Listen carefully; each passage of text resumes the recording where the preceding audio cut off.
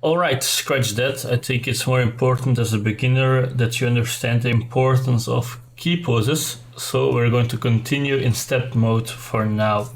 So just select everything and put it to stepped.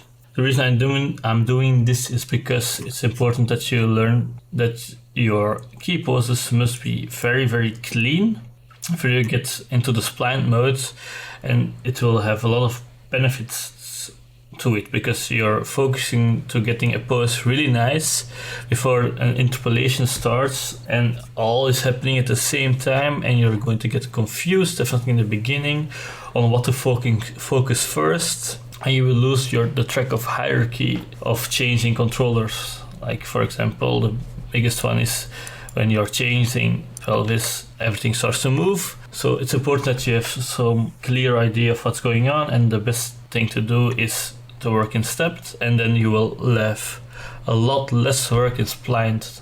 If you put a lot of effort into your step mode, you will have a lot less work in spline. We're going to continue in step mode, and we will continue here at our hips. We're going to add an rotation up at frame 4, our down position, because this leg is going to start taking over all the weight.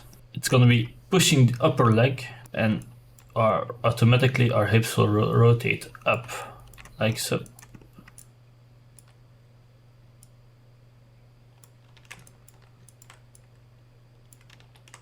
Going to have a look right here.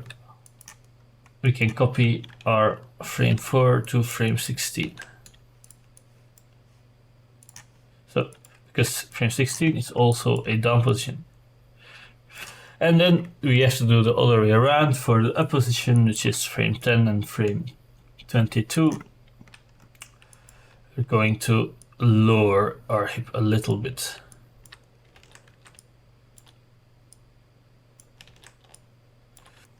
Maybe a bit more. That's because we have a leg here that's weighing us down. So that's also why we are rotating like this, like I said before, but we also are going to lean a bit forward because of this. And we can copy this to frame 22 as well. It's gonna be a very small detail, but it matters, and it brings our character alive. Don't forget to save every now and then. And then we're going to go to our first controller in the upper body, which is the chest. And we're going to do the chest translation. This is mostly used for animation in features with stretchy characters, so it's depending on the style that you want to go for, but I'm just going to include this just in case you want it for now or for later. As you can see, if you've tried already, you can't really stretch the chest like so. That's because it's an option in our rig right here. Here you can see some settings of the chest, and you can see stretch blend. If you would enable this to 1, as you can see it's animated, so we can delete actually all the keys and then just put it here on 1. And now if you would move our chest, you can see we have a squash and a stretch. It is squashing because we need to keep our volume intact. That's some great rigging right there. So it's actually quite simple. We're just going to follow our character movement. So 4 is our down position. So we're going to go down, but only a little bit. Well, in this case, we also need to enable this one. Yes. So the negative stretch here, negative stretch actually allows squashing. So we can just also clear out this one, and now we're going to be able to squash down as well. So at frame 4 we have our down, so we're going to go down. I'm just going to be doing a tiny bit because it's not really necessary if you're going for a realistic walk, but if you have a fun character that's really bouncy, you can go all over the place, or a fun style. Going down for the down position, and we're going up for the up position. It's not really that hard. So there we go. Now we have our up and down, and we can just copy this again. So frame 4 is equal to frame 16. and frame 10 is equal to 22. And now we have a little bit of squash and stretch in our walk. Then we can use the in-between frames. 7 here is the middle one, and 19 is the middle one here, right? It's the keys between our extremes, let's say. Let's call it extremes. We can adjust these a little bit to favor a position. If you remember our bouncing ball, it's slowing down up, so it's gonna be a bigger top curve. So we can already favor them by dragging them up right here. A bit of 1/3 already, instead of just at 0. So this way we are favoring this movement. It's favoring the slow out. Then we have our Y rotation for our chest, like so. And this is actually quite simple. It's just the reverse of the hip. So if the hip turns one way, the chest will be turning the other way. So it's easiest seen here at our contact poses. So we will use our contact poses for this. It's frame 1, 113, and then 25, obviously. Our hip is rotated like so. So we are going to reverse this rotation this way in our chest. Doesn't have to be much, because otherwise it's gonna be looking very weird. So just animate it around the same value, but just to get the body straight. Actually, it's about balancing the character here. And we're going to do the same with 13, which is just the same value, but multiplied by -1, or just removing the minus, and then the same value for 25. Because frame 13 is a mirrored version of those things. It's a quick and easy one, but it's an important one to remember. Then our next one is the rotation on the x-axis, which is this red one. It's this movement. So it's gonna be the same like the hips. So when we are going down, we're going to do a small down movement. As you can see, we're doing now everything on the same key, on the same keyframe as our key poses. But obviously we're going to start offsetting stuff later on. But now we're just trying to get the poses in our animation. So we're going to lean forward a tiny bit right here. And at frame 10, we're doing the other way around. So we're leaning up because our body is going up. We can just round this off, and then we can do the same in the other direction. And then we can just copy those over, because 4 is the same as 16 and 10 is the same as 22. Then we have our Z rotation left. It's a rotation that we haven't touched yet, so it's rotate C. It's still completely zeroed out. Well, it's gonna be the same as we did with the Y. So it's the reverse of the hip, but only now we're not looking at the Y rotation, but we're looking at the Z rotation. If this Z is leaning in at frame 7, so our passing position, going down like so, well, we have to lean to the other direction with our body, with our upper body. So we're going to lean like this. Tiny bit, don't overdo this animation.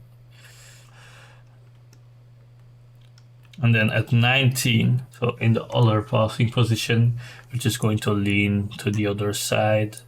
Can be the same value.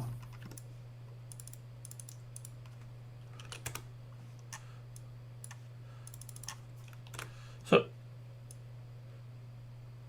let's see what we already have. So we can see our character is starting to become more and more alive right now. We can continue by going into the hips and look for our up and down. Obviously, we already know this. So our 4 is our down, 10 is our up. So we're going to do the same with the head. So we can add a little wobble in there. We have a pretty realistic rig, so we're not going to do squash and stretch, but this is something you can do as well, and it's going to be the same manner. We're just going to look at the ups and downs of the pelvis. In this case, in a walk cycle, it's pretty clear. So at 4, we're going down. So I'm going to add just a tiny bit again, and then we're going to go up at 10 and just copy over those things. So 4 to 16 and 10 to 22. So we have a small, very small head squash and stretch in there.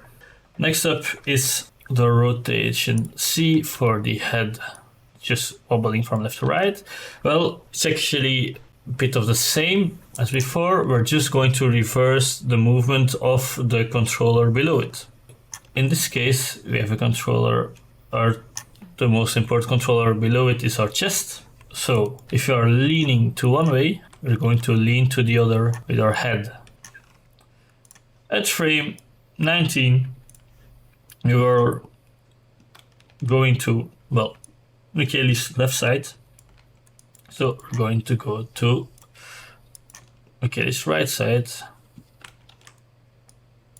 a little bit, like so. And then the same thing for frame 7. We're leaning right here to right side, so we're going to lean to the left side. This can be an equal value and mirrored, so let's put 1.5, and then obviously mirror it by using the negative. Next up is our rotation X. It's going to be this one, and it's going to be pretty clear. It's going to be the same as an X from our body. So here we're leaning forward, so we're going to lean forward with our head as well. Leaning forward, like so. The more leaning that you're going to do with your head, the more wobbly it becomes, so watch out for those things. So I'm just going to put 1.5 for now, and then this will be the same as frame 16, and the other way around for frame 10. So let's put a negative sign right here, and then we can just copy and paste it for 22. Okay, so now we don't really feel it yet because everything is happening at the same time, but we can still adjust these values once we're offsetting some stuff. And then we have one rotation left, so we did X, we did Z, so we're going to do Y right now. So it's going to be actually the same as our chest. So just a nice little follow movement. So here we have our chest. It was pretty easy, just our contact poses. It's 1, 13 and 25. So for 13 we went to the left, so we're going to go to the left as well for 13, a little bit like so. And then we're going to the other way. Just going to put 1.5 again. It's been a repetitive value so far. And then we're going to do the same for 1 and 25 with the mirrored version.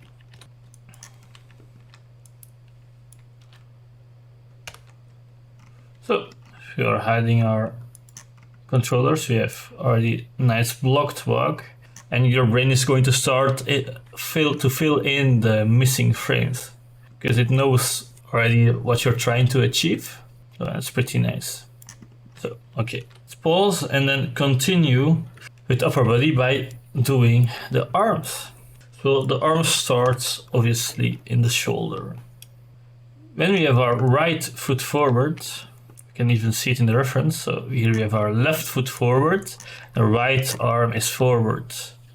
And if we change, it's gonna be different. So right foot forward, left arm forward. And as you can see in the reference, when my right foot is forward, my right arm is not really completely back. So it's something that we can use in our walk as well. We don't need our arms to be exactly doing the same pattern of movement. So the values can be a little different, but obviously the main rule is right foot forward, right arm back and the other way around. So when our arm is backwards, we will also put our shoulders a little bit backward. Then put our arm forward, backwards, I mean, a bit closer to the body. Kelly's wearing a big vest, but that shouldn't be too much of a problem. And then we will stretch out the arm for now, completely. And just try to find a nice pose for our character. You don't have to go all the way. Like this is completely fine, I think. And we're also going to already give a value to our wrist, like so. Maybe a little bit inwards, trying to find a nice pose. And then we're going to give our fingers already some nice pose as well. So we can arch them a bit, maybe it's a bit much. Relax them. They look quite relaxed right now. Same thing for the thumb.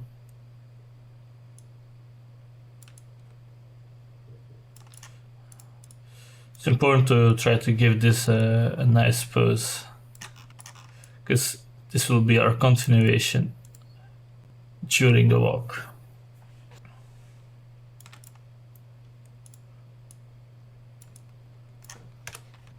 Right, and now we just have to do the same thing for the other arm. So the shoulder is going to go a little bit forward. Then we're going to put our arm into a forward position.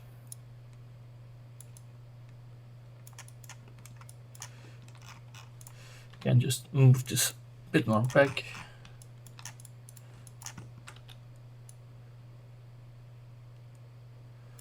Okay.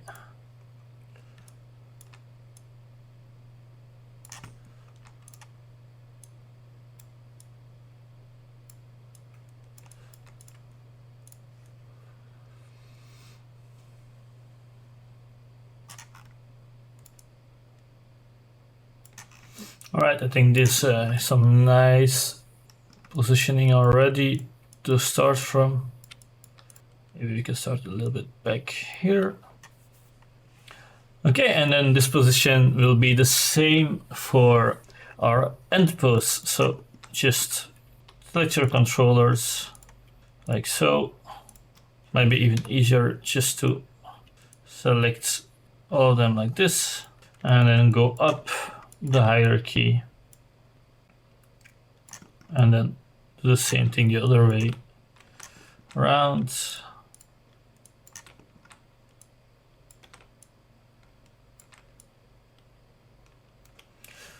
So just in case I haven't mentioned yet, so when you're selecting and you're holding Alt, it will switch between selected and not selected. If you're adding the control as well, so Shift and Control, it will just add everything that you have selected. If you're just holding Control and drag, it will deselect. So that's some nice things to know working in Maya. So we can copy frame 1 to frame 25, so just select everything, copy and paste. And now frame 1 and 25 should be completely the same again. And now we're going to do the reverse pose at frame 13, our other contact pose. You can just actually copy your pose to 13, like so, and then start reversing the numbers again of the rotation. So just select them all. Multiply is equal by -1, but then you get this. So it's not really it's easy to start switching here. That's because we were using 3 rotations at the same time. But our hand is posed already nicely, so we might just be able to go to frame 1, select this one, copy, go to this one, 13 and paste. That might be a lot easier than trying to figure out what you have to do. So again, and one, copy and paste. And then just the wrist, because the fingers are still correctly. Frame 1 to this one at frame 13. Alright then. So don't forget to save every now and then. So now we're going to do the other arm, obviously. So we're taking this value, copying it to this arm at frame 13. That's quite nice. And again, just repetitive. Yep.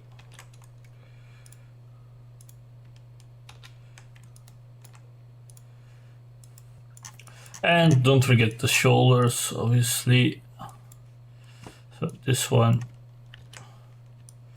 should be here. And this one should be here. Right.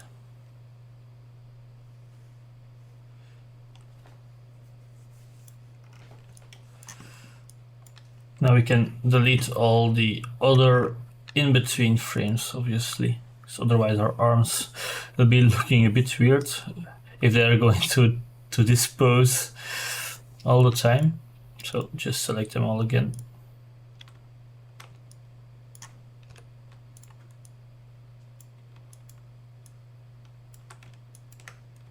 And we can delete those keys.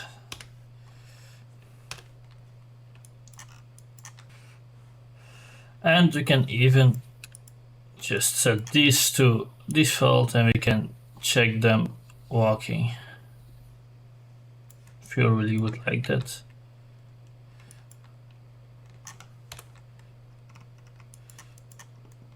So now we have a semi-walking character. So before we continue working in spline mode, I'm just going to put them back into stepped. All right. We have to do a little bit more on the shoulder, so a bit more shoulder work. When in the pausing pose, the shoulder goes down.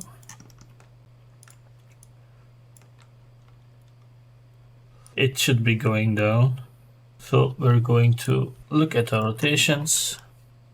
But because we are not offsetting right now, we should be just putting them down like we have done with the head and the chest, putting them down at the down pose. So each down pose, just go down slightly by rotation and by translation, and at up it's the other way around. So they go up a little bit, don't overdo it. And then 16 is the same as 4, so on. So for 16 and 10 is 22. And just put it in stepped.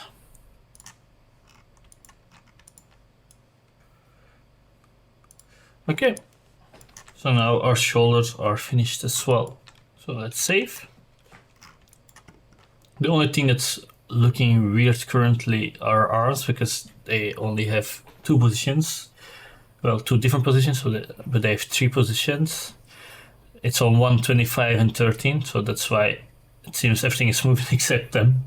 So now it's just time for us to really look into our poses, start adjusting them if necessary, because after this final pause of looking to them, we're going into spline mode finally. So have a look at everything. If you have something like this, should be completely fine to continue. If you have some problems, try to fix them right now, because if you're going to try to fix them afterwards, things will start to look really weird and it's going to be very hard to fix those things.